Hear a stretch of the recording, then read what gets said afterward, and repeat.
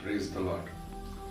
ప్రభువును రక్షకుడైనటువంటి యేసుక్రీస్తు శ్రేష్టమైన ఘనమైన నామములో మరొకసారి మీ అందరికీ వందనాలు చెల్లిస్తూ ఉన్నాను.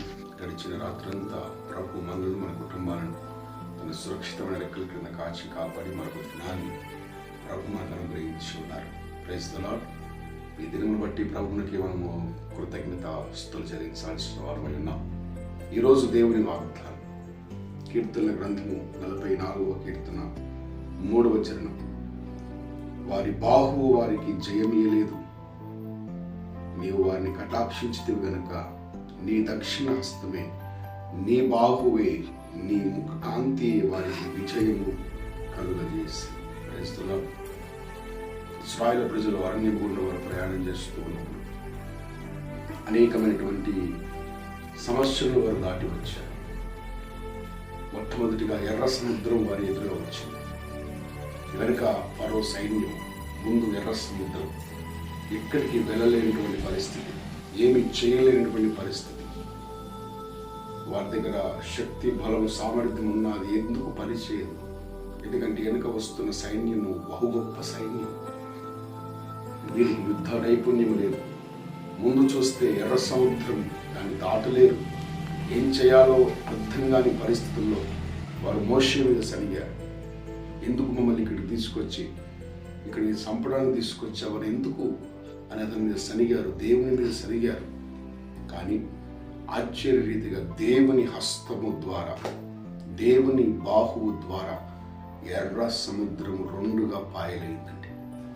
రెండుగా పాయలై దాని ఆరిన నేల మీద ఇశ్రాయేలీయులు నడుచుకుంటూ వెళ్ళిపోయారు. Praise the lord. ఇది దేవుని యొక్క హస్తము చేయగలిగినటువంటి కార్యం. దేవుని యొక్క బాహువే వారికి విజయమును అనుగ్రహించు. ఇలా అనేకమైన కార్యాలు ఇశ్రాయేలీయులకు దేవుడు చేసి ఉన్నారు. అందుకే కోరహ కుమారులు అంటూ ఉన్నారు, మా పితరులు ఎలాగైతే వారికి మీరు ఆశ్చర్య కార్యములు చేశారో మా పితరులు మాకు వివరించారు, మాకు చెప్పారు. మీ ఆశ్చర్య కార్యములు, మీ అద్భుత కార్యములు వారు మాకు వివరించారు. మేము విన్నప్పుడు మాకు అర్థమవుతుంది ఏంటంటే అది వారి బలము కాదు, వారి శక్తి కాదు, నీ బాహువే, నీ శక్తే, నీ ముఖకాంతే వారికి విజయము కలుగజేసి. Praise the lord. ఈ రోజుల్లో కూడా మనము అనేకమైన ప్రయత్నములు చేస్తూ ఉన్నామండి. ఉద్యోగ విషయంలో, ఆర్థిక విషయంలో, వివాహ విషయంలో, గృహ నిర్మాణ విషయంలో కానీ, పిల్లల విషయంలోని కానీ ఎంతో ప్రయాసము, ఎన్నో విధములుగా ప్రయత్నములు చేస్తూ ఉన్నారు. కానీ గమనించవలసిన విషయం ఏంటంటే సకలము చేయగలిగినటువంటి దేవుడు మనకున్నారు. సకలము నిర్మించగలిగిన దేవుడు, సకలము చేయగలిగిన దేవుడు. ఆయన హస్తము బహు బలమైనటువంటి హస్తం. ఈరోజు మీరు విశ్వసిస్తే మీ జీవితంలో ప్రభు గొప్ప కార్యములు చేయడానికి ఆయన సిద్ధముగా ఉన్నారు. Praise the lord. నిజముగా అండి, జెరుబ్బాబెలుతో దేవుడు అంటాడు, జెరుబ్బాబెలు, దేవుని మందిరం కట్టడానికి నీ శక్తి, నీ బలము కాదు, నా ఆత్మ ద్వారానే నేను దీన్ని చేయబోతున్నాను. Praise the Lord. దేవుని ఆత్మ ద్వారా దేవుని మందిరం కట్టబడిందండి. Praise the Lord. జెరుబ్బాబెలు ద్వారా దేవుని మందిరము దేవుని ఆత్మ ద్వారా కట్టబడిన మందిరం అది. Praise the lord. ఈ రోజుల్లో కూడా దేవుని ఆత్మ ద్వారానే మనం ముందుకు సాగుతాం. దేవుని యొక్క శక్తి ద్వారా, దేవుని యొక్క హస్త బలం ద్వారా మనం ముందుకు సాగుతామండి. మన జ్ఞానము, మన శక్తి, మన యొక్క చదువు ఏది కూడా మనకు జయమివ్వలేదు. వాటన్నిటితో పాటు, చదువుతో పాటు, జ్ఞానముతో పాటు దేవుని యొక్క సహాయం, దేవుని హస్త బలం తోడుగా ఉంటే మనం ఏదైనా చేయించగలం. దావీదు చూడండి, చిన్నవాడున్నాడు కానీ గొలియాతును చంపడానికి ముందుకు వచ్చారు. అతని కంటే బహు బలమైన వ్యక్తులు ఉన్నారు, యుద్ధ నైపుణ్యం కలిగిన వారు ఉన్నారు, కానీ భయపడ్డారు. దావీదు చిన్నవాడే, యుద్ధ నైపుణ్యం లేకుండా గొలియాతుతో 9 అడుగులటువంటి ఎత్తు, అంత ఎత్తు గొలియాతుతో పోరాడడానికి అతను వచ్చాడంటే దావీదు బలం అంటారా? కాదండి, అది దైవ బలం.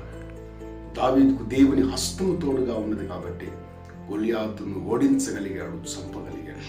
ఈరోజు దేవుని బిడ్డలారా, మనకు దైవ బలం అనగా దేవుని హస్తము తోడుగా ఉంటే మనం ఏదైనా సాధించగలుగుతాం, ఏదైనా మనం జయించగలుగుతాం, ఎక్కడికైనా మనము వెళ్ళగలుగుతాం. ఈ ఉదయకాలం ఎన్నెన్నో ప్రయత్నములు చేసి అలసిపోయావేమో, విఫలమైపోయావేమో, ఇక నాతో కాదు అనుకుంటున్నావు.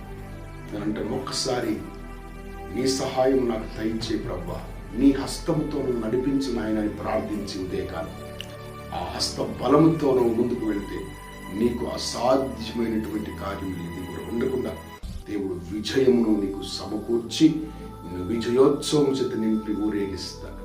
Praise the lord. దేవుడే మీకు జయమిచ్చునుగాక.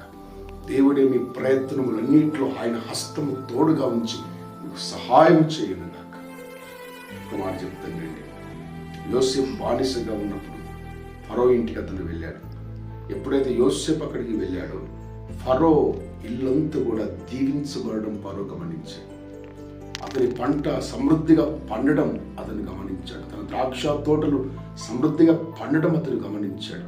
ఇది కేవలము యోసేపు మా ఇంటికి రావడం ద్వారా జరిగినటువంటి కార్యం. ఎందుకు జరిగింది యోసేపు ఇంటికి వచ్చినప్పుడు అంటే వాక్యంలో ఉంది, యోసేపుకు యెహోవా తోడై ఉన్నాడు. దేవుని హస్తం అతనికి తోడుగా ఉన్నది కాబట్టి, దేవుడు అతని పక్షంగా ఉన్నాడు కాబట్టి ఇదిగో జయమును ఆయన పొందుకొని ఉన్నాడు. జయోత్సవం చేత నింపబడి ఉన్నాడు. ఈ ఉదయకాలము కూడా దైవ సన్నిధిలో ఉన్నటువంటి ప్రియ సహోదరి సహోదరుడు, ఇదిగో నీకు దేవుని హస్తము తోడుగా ఉంటే నువ్వు సాధించలేనిదంటూ ఏది ఉండదు. దేవుని హస్తం నీకు తోడుగా ఉంటే నువ్వు జయించలేనిది, అధిగమించలేనిది ఏది ఉండదు.